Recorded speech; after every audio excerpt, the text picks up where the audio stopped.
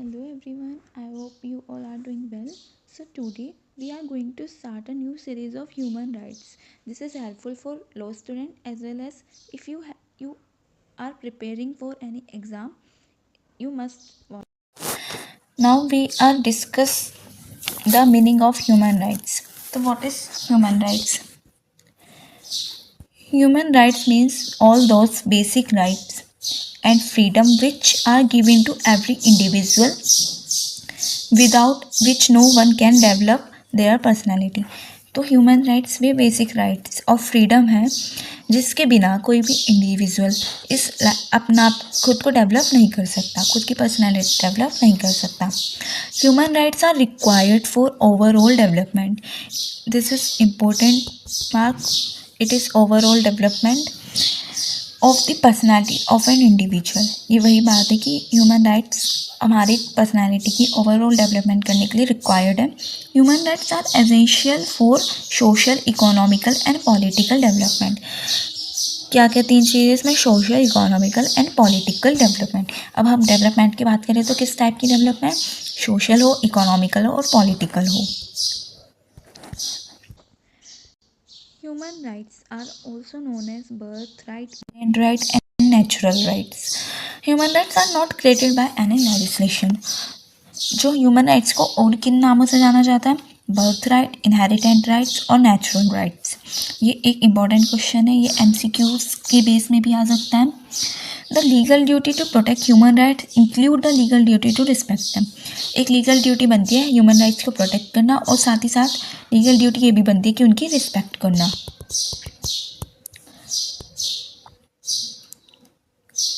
अब हम इसकी पढ़ेंगे definition. According to the preamble of UDHR के according, right which are drive for inherent dignity of human beings are known as human rights. वे rights जो inherent derive होते हैं इनहेरिटेंट डिग्निटी से, उन्हें बोलते हैं ह्यूमन राइट्स. ओके. अच्छा, जब हम डेफिनेशन की बात करते हैं तो हमें इसमें कोई भी वर्ड चेंज नहीं करना होता. ये जैसे किसी ने दी है जिसके अकॉर्डिंग ये डेफिनेशन है, हमें उसी अकॉर्डिंग लिखना होता है. Right which are derive from inherent dignity of human beings are known as human rights.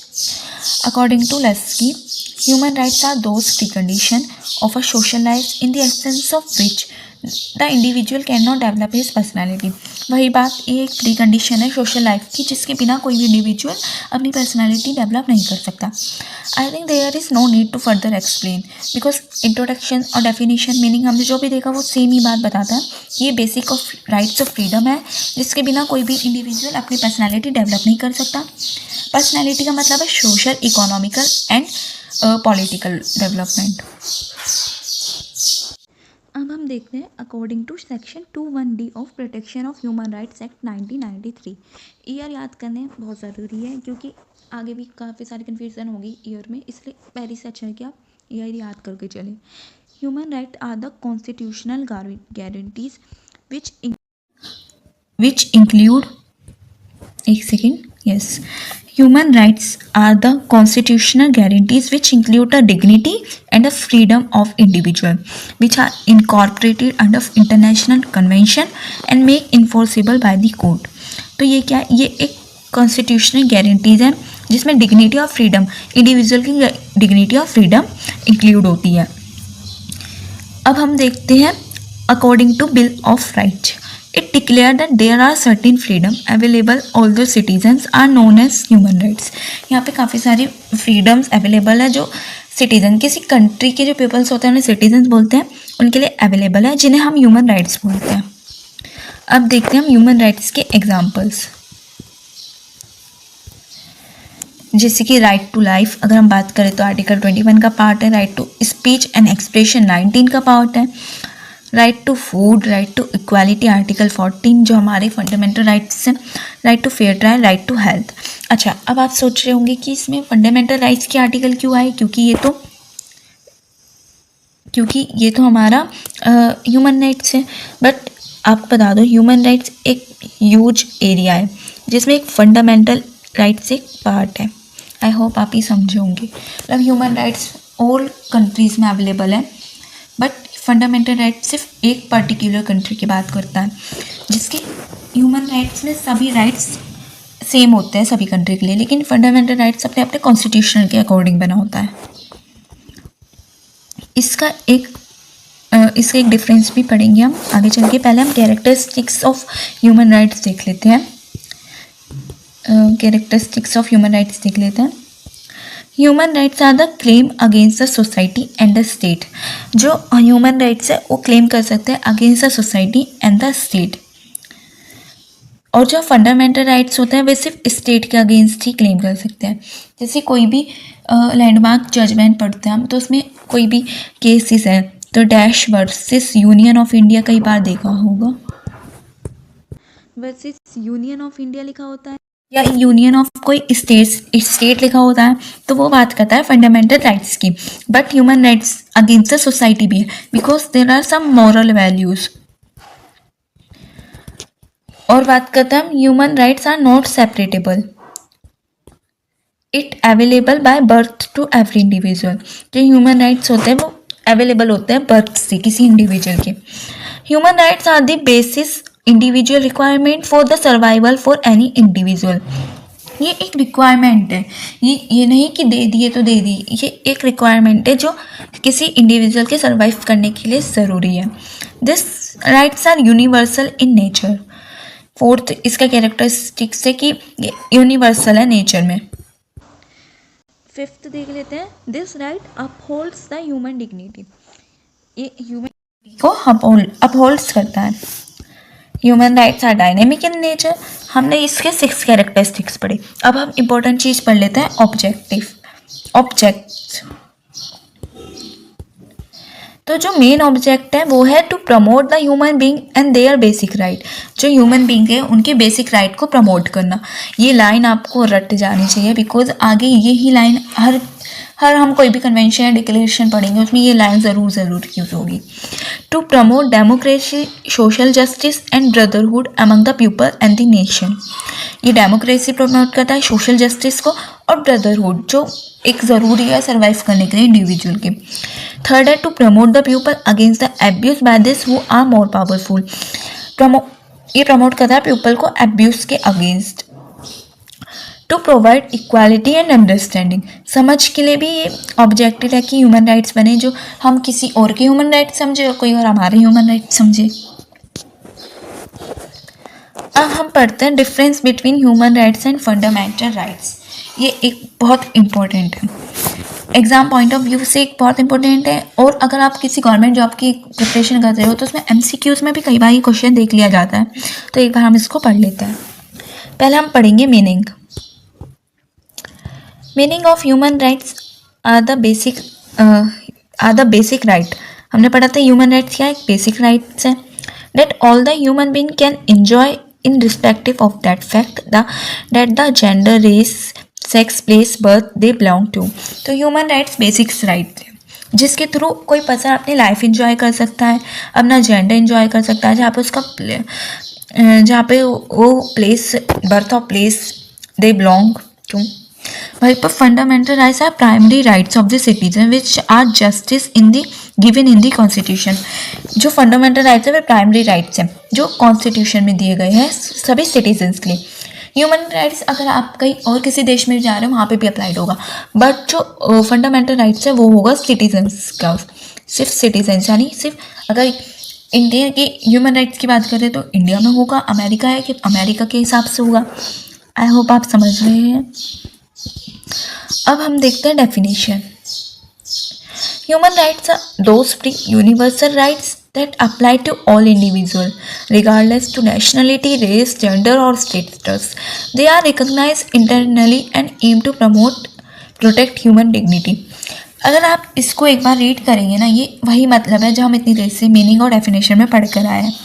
Human rights एक यूनिवर्सल राइट्स है, वही कि हर जगह एप्लीकेबल है, अप्लाई टू ऑल इंडिविजुअल। इसके थ्रू आपको इंडिविजुअल और सिटीजन्स में डिफरेंस भी पता चल रहा होगा। सिटीजन सिर्फ एक देश के पीपल की बात हो रही है, पर जहाँ पे हम इंडिविजुअल की बात कर रहे हैं तो अगर हम किसी भी कंट्री में जा रहे हैं तो वहाँ पे हम इंडिविजुअल कराए जाएंगे। Regardless to nationality, race, gender और status, they are recognise internally and aim to promote human dignity. इसका जो ऑब्जेक्ट है वो है promote human dignity. Fundamental rights are this are constitutional rights, ये जो है ये कॉन्स्टिट्यूशनल राइट्स है। टू गिव सिटीजन्स, वही बात जो अभी हमने इतनी देर से बोला, they are legally enforce and protect individual from state action, ये लीगली इन्फोर्स होते हैं जो इन्फोर्स एंड प्रोटेक्ट इंडिविजुअल को प्रोटेक्ट करने स्टेट के एक्शन से। ऑरिजिन देख लेते हैं। Human rights are the idea of civilise nation which are essential for the whole human race, जो आइडिया है ये एक सिविलाइज नेशन का जो ह्यूमन रेस के लिए इम्पोर्टेंट है। Fundamental rights are granted through the constitution the citizen, जो फंडामेंटल राइट्स मिला गया है वो कॉन्स्टिट्यूशन से मिला गया है। स्कोप देखते हैं। Human rights are globally and universal accepted and which can not be taken away by anyone, वही बात कि ये ग्लोबली है, कहाँ इसका मतलब ये कहाँ तक फैला हुआ है, ये एक ग्लोबली है और यूनिवर्सल है जिसको कोई भी छीन नहीं सकता। लेकिन जो फंडामेंटल राइट्स है वो अप्लाई होगा only the citizens of a specific country. Main principle देख लेते हैं। तो जो मेन प्रिंसिपल है इस ह्यूमन राइट्स के पीछे वो है कि everyone has a right to life with respect and dignity, प्रत्येक इंसान के पास एक राइट है रिस्पेक्ट और डिग्निटी से जीने का। The principle behind it is the right to freedom for all citizens, वहीं जो प्रिंसिपल है फंडामेंटल राइट्स का वो है behind the right to freedom for all citizens, प्रत्येक सिटीजन्स के लिए फ्रीडम। वायलेशन एंड रेमेडीज़, अब अगर कोई राइट हमारा वायलेट हो जाता है तो उसकी क्या रेमेडीज़ हैं। Human rights violation can be reported to international human right commission, अगर हमारा कोई राइट वायलेट हो जाता है ह्यूमन राइट तो उसकी रिपोर्ट हम कहाँ देंगे, इंटरनेशनल ह्यूमन राइट्स कमीशन में। और फंडामेंटल राइट्स वायलेट हो जाता है तो इसकी जो फेस करेगा ये करेगा नेशनल कोर्ट, इसके वायलेशन की रेमेडीज़ हमने पढ़ ली है। अब हम देखते हैं historical development of the around human rights, this is very important, Magna Carta is very important. Historical development मतलब है कि कैसे स्टार्ट हुआ ह्यूमन राइट्स, क्यों सोचा गया कि ह्यूमन राइट्स बने। तो पहला डेवलपमेंट है मैग्ना कार्टा जिसका ईयर है 1215। It was the first time around, पहले मैं इसकी आपको एक स्टोरी बता देती हूँ। तो एक राजा हुआ करते थे इंग्लैंड के, उनका नेम एक सेकेंड में देख लेती हूँ, नेम किंग जॉन, एक राजा हुआ करते थे इंग्लैंड के जिनका नाम था किंग जॉन। तो वे क्या करते थे, जब उन्हें ज़्यादा पैसों की ज़रूरत होती थी तो वे अपने मंत्रियों पर टैक्स लगा देते थे।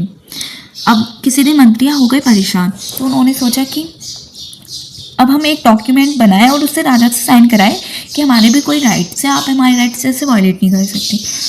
अब हम इसको लाइन बाय लाइन पढ़ते हैं।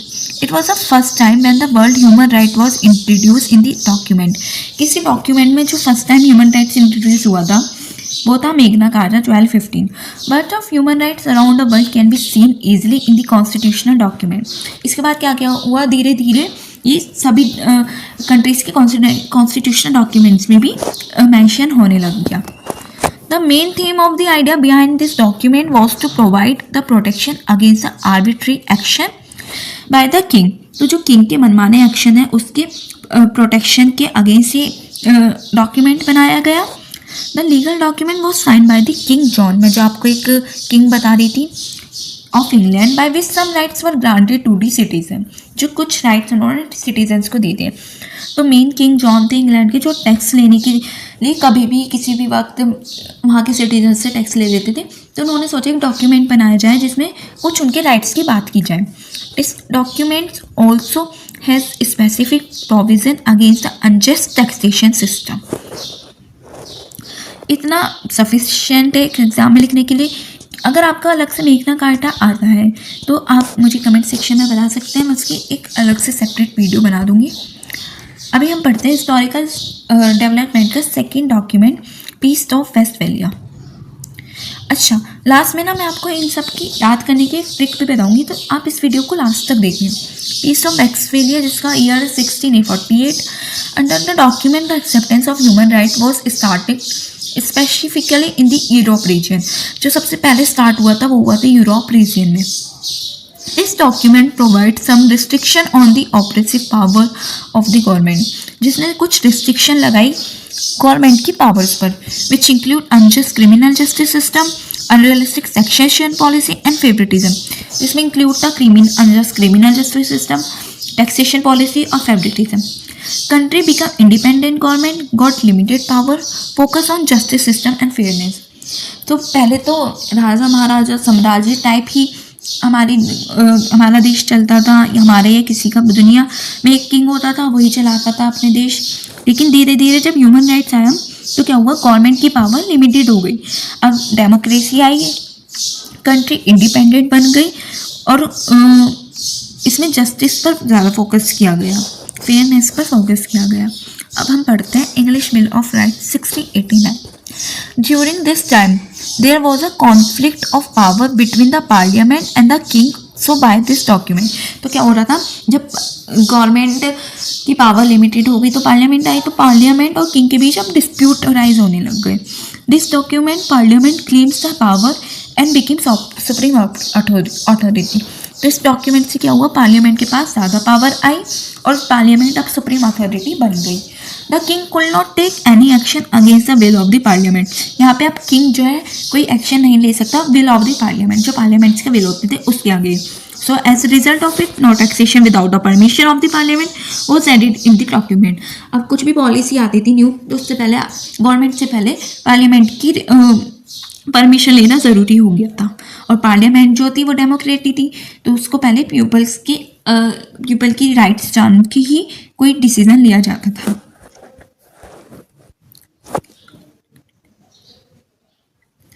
This bill of right codified and clarified the right and the liberty of the citizens. जो ये बिल्स थे वो क्लैरिफाई करते थे सिटीजन्स की लिबर्टी को। अब हम देखते हैं Virginia declaration of 1776। It mention various fundamental rights of the citizen. इसमें काफ़ी सारे फंडामेंटल राइट्स मेंशन हुए सिटीजन्स के। It also uphold that all man and women has equal natural rights. इसने ये डिक्लेरेशन किया कि मैन और वुमेन पर इक्वल नेचुरल राइट्स होंगे। They are equal and independent and have a certain inherent rights, that is human rights. तो यहाँ पर इक्वलिटी की बात की गई मैंस और वुमेन के बीच। अब देखते हैं French declaration of rights of citizens year 1789। During the French revolution there has been a clear violation of human rights.